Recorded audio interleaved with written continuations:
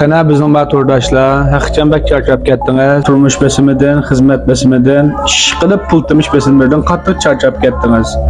O'zingizning salomatlik uchun o'zingizni azroq asrab, vaqt chiqarib, biroq o charchashingizni tugatib qo'ying. Biz shuni ko'rsatib, mush turdoshlarimizga, meni qo'llab kelgan barliq fansilarimga nihoyat yaxshi bo'lgan faoliyat deb keldim. Qanday desanglar, shu bizning do'konning udul tarafga, ikkinchi qavatga nihoyat yaxshi bo'lgan bir tal anmo qildigan yashda.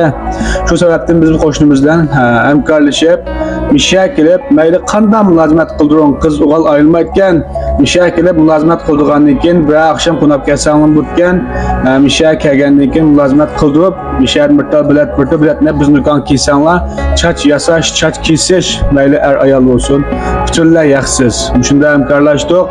Yani hozir faoliyat vaqti ekan, hamda bahosini meni huquqchiga mishaniki jinglisini so'rab bir paranglashib, shuni tushuntirib qo'ysin. Na jinglay. Adishim men meninki aldiqatim bir chiqim mulozimat qoldirib qo'ygan. Muhitlam tom mulozimatlar razı olgan, ammo baholarni aslan meni ham böyle ish baxmidim. Bizga bir tushuntirib bersanlarki bizning tansalarga.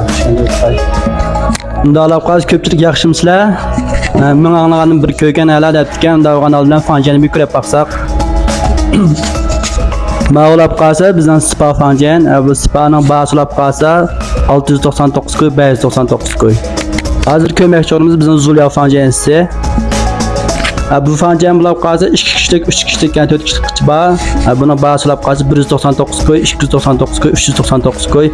Müşahede en bakıp boğanlıkını yetip aramilip kessanlı oldu. Dükünümüzde aramağanın sırtada en bakıldı sanlı ben şanlık için nemi səhsi. Akşam şunda yerlik hep aramazsınız, çarşaşınız tüge. Turmuş için tıkımı cıklı tapmamız giden de kaçan. Kaçan bir an onu depremsem tapanmayı şunda ama. Bir an onun kalsa birinci köyün lopiketin açtan boğaçan kızılçırak. Lopiketin birinci köyün açtan boğaçan kızılçırak. Bir yerden 10 tarafken taşısı tarafken menep 30 metre menep 10 kaylısanla çüveyi cüyülü diye oturaklarını kiste. Kitlan kalısanla mene spa dep çoğun yazılır. Bunu da koysam bizim dükkan da bitkançı adım ama bizim dükkan muşinin kendi taraf duram. Muşinin aldığım ki geliyor to, şehirden kiplan dükkan geçanlım bu to, veya çıkıp spa kodu program dikin.